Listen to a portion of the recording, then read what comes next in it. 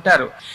అర్జునుడికి సారథ్యం చేయడానికి పగ్గాలు పట్టుకుని రథం నడుపుతూ ఉంటే ఆ ముందు విడుతున్న గుర్రాల డెక్కల మించి పైకి రేగిన ధూళి కృష్ణ పరమాత్మకి చెమట పడితే ఒంటి నిండా ధూళి పడిపోయింది. భీష్ముడు ప్రయోగించిన అస్త్రాల దెబ్బలు వచ్చి తగిలితే ఒంట్లోంచి నెత్తురు కారింది.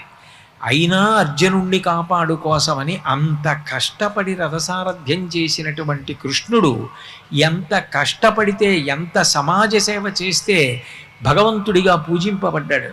ఎవరైనా నాట్యం చెయ్యండి అంటే వేదిక మీద నాట్యం చేస్తారు. ఆయన 101 పడగలు ఉన్నటువంటి కాళీయుడి యొక్క పడగల మీదకెక్కి యమునా నది జలాలు ఆవులు తాగితే మరణించకుండా ఉండాలని భయంకర సర్పం కాళీయుణ్ణి యమునా నది నుంచి సముద్రానికి పంపించేయాలని వెస దామోదరు పాదఘాతనకతుల్వేవేల చందంబులన్ ప్రసభాటోపమజోప బాపపణ భృచ్చటామండలం వసహం వై పగిలి